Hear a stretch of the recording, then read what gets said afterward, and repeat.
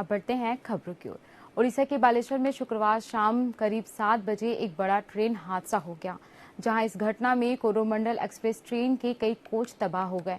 इसके साथ ही एक इंजन तो मालगाड़ी के रैक पर ही चढ़ गया। इस हादसे में करीब 288 लोगों की मौत की खबर सामने आई है। वहीं 1000 से भी ज्यादा लोग घायल हो गए हैं। वहीं रेलवे के मुताबिक 700 लोगों को अस्पताल में भर्ती कराया गया है। जाते जाते देखिए हमारी ये खास रिपोर्ट। पश्चिम बंगाल के हावड़ा से चेन्नई जाने वाली कोरोमंडल एक्सप्रेस 2 जून की शाम 3:30 बजे रवाना हुई। तब शायद ही किसी ने ये कल्पना भी की हो कि कुछ ही घंटों में भीषण हादसे की खबर आ जाएगी।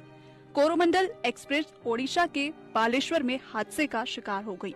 हादसा इतना भयानक था कि कुछ सेकंड के अंदर ही चीख पुकार मच गई। बोगियों के अंदर बैठे यात्रियों को कुछ समझ में ही नहीं आया। कई लोगों ने दम तोड़ दिया तो कई लोग लहूलुहान हो चुके थे। देखते ही देखते शवों का अंबार लग गया। लोगों की जान बचाना सबसे बड़ी चुनौती थी, लिहाजा जल्द से जल्द रेस्क्यू ऑपरेशन शुरू किया गया। ट्रेन के अंदर फंसे लोगों को निकालने के लिए गैस कटर का इस्तेमाल किया गया। वहीं घटना की सूचना पर रेल मंत्री अश्विनी वैष्णव मौके पर पहुंचे और अधिकारियों से हादसे को लेकर जानकारी ली। रेल मंत्री ने इस हादसे में जान गंवाने वाले यात्रियों के परिजनों के प्रति गहरी संवेदना व्यक्त की है। सभी दिवंगत आत्माओं के साथ हमारी प्रार्थना है। कल रात से कंटिन्यूअसली रेलवे, एनडीआरएफ, एसडीआरएफ और राज्य सरकार सभी मिलके रेस्क्यू का ऑपरेशन कर रहे हैं। कंप्लीट मोबिलाइजेशन किया गया है। इधर बालेश्वर की तरफ से, उधर भुवनेश्वर की तरफ से कंप्लीट मोबिलाइजेशन किया है। टाटानगर से सब जगह से मोबिलाइजेशन किया है ताकि मैक्सिमम इस तरह की बड़ी ट्रेजेडी में जितना एफर्ट लगाया जाए उतना कम होता है। उन सभी परिवारों के साथ मेरी प्रार्थना है जिनके परिवार का मेंबर इस ट्रेजेडी में चले गए।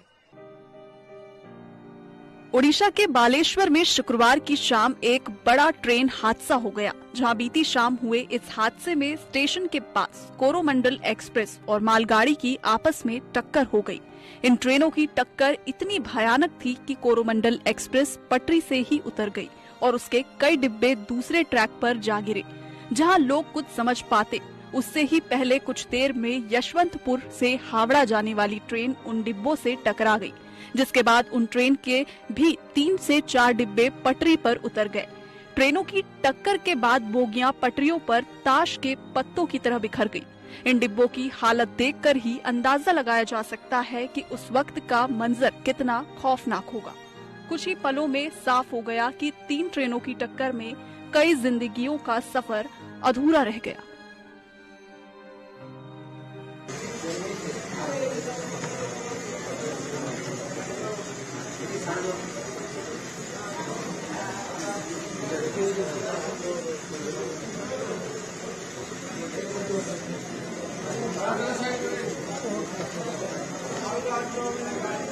हम लोग चेन्नई जा रहे थे। चेन्नई से कालीकोट जाएगा केरला में। ये हादसा कब हुआ, कितने बजे हुआ? तो 6:50 7 बजे पहले 10 मिनट पहले। जब ये हादसा हुआ तो आपको कैसा, आप लोगों को वो ज्यादा आवाज हो रहा था। हम लोग बाद में वो ट्रेन पकड़ रहा था। बाद में हम लोग नमा था। हम लोग S5 में है।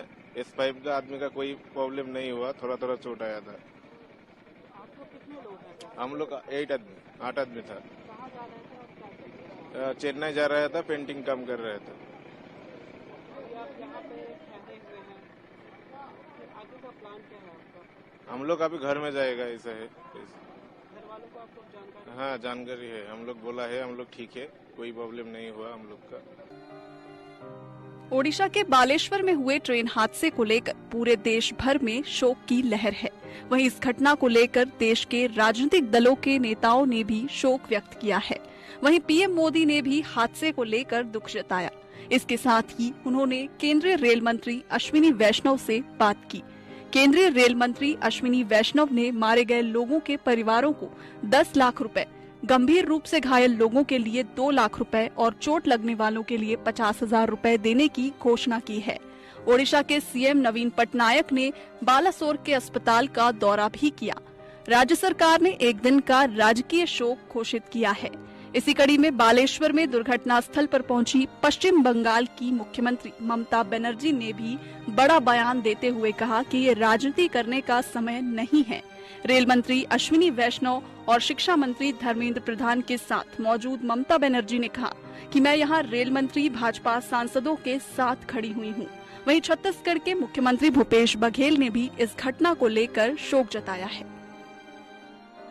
अभी जो उड़ीसा में जो ट्रेन दुर्घटना हुई और 3 ट्रेन एक साथ टकराई और संभवतः देश के इतिहास में इतना बड़ा हादसा पहले कभी नहीं हुआ था और जिसमें सैकड़ों लोग इससे प्रभावित हुए। 280 से अधिक लोगों की मौतें हो गई, 900 लोग घायल हैं और मैं मृतक परिवार को श्रद्धांजलि अर्पित करता हूं और जो घायल उनसे जल्दी स्वस्थ होने की कामना करता हूं। Extremely tragic train accident. I have to thank the local people, the local teams and others who have worked overnight to save people from the wreckage. Hot state का जो अभी मर गया, हॉट स्टेट तो उसको मदद करेगा प्लीज। हमारा स्टेट से ज्यादा है, हम भी वो परिवार को हमारा स्टेट का जो है 5 लाख करके हम देंगे और रेलवे के साथ, गवर्नमेंट का साथ, उड़ीसा गवर्नमेंट का साथ कोऑपरेशन करके रेलवे का साथ हम पूरा काम करेंगे जब तक काम खत्म नहीं होगा। उड़ीसा के बालासोर में भीषण ट्रेन दुर्घटना हुई है। यह घटना अत्यंत हृदय विदारक है और इस घटना से मैं मर्माहत हूं। इस घटना में जिन लोगों ने अपनी जान गंवाई है उनके प्रति मैं विनम्र श्रद्धांजलि अर्पित करता हूं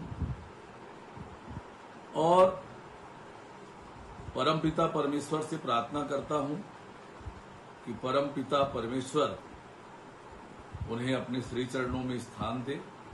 बालेश्वर में एक भीषण और दर्दनाक रेल दुर्घटना घटित हुई है जिसमें सैकड़ों की संख्या में लोगों की मृत्यु हुई है और बड़ी संख्या में इस रेल दुर्घटना में यात्रीगण, नागरिकगण आहत हुए हैं और गंभीर रूप से दुर्घटनाग्रस्त हुए हैं। हम मृतकों के प्रति अपनी विनम्र श्रद्धांजलि अर्पित करते हैं। मृतकों के परिवार के प्रति अपनी गहरी शोक संवेदना व्यक्त करते हैं और जो घायल हैं उनके शीघ्र स्वास्थ्य लाभ की ईश्वर से कामना करते हैं।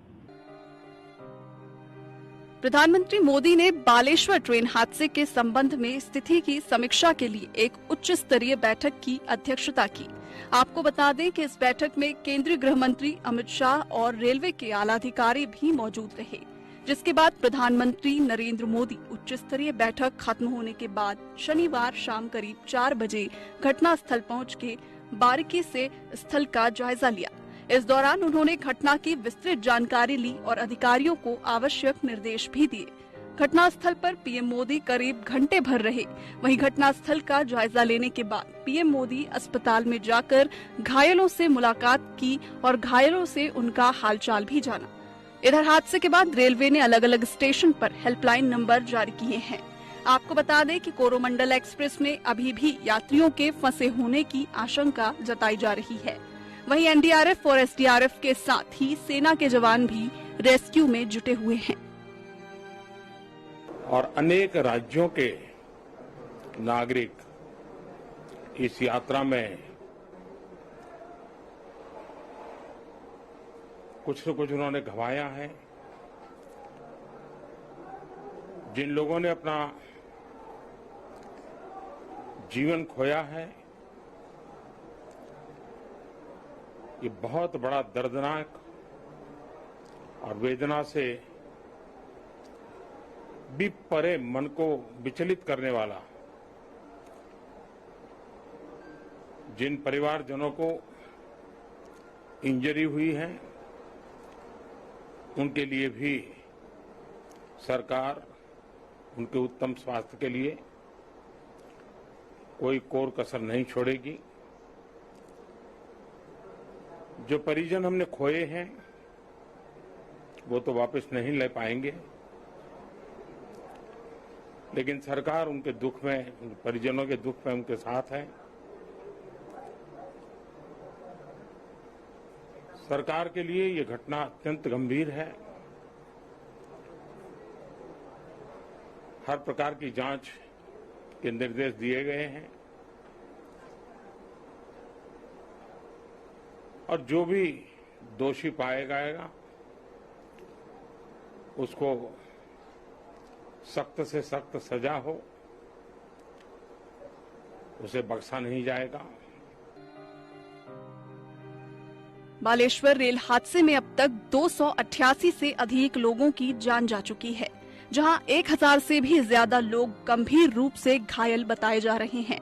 कोरोमंडल एक्सप्रेस में अभी भी यात्रियों के फंसे होने की आशंका जताई जा रही है। मृतकों और घायलों की तादाद और बढ़ने की भी आशंका है।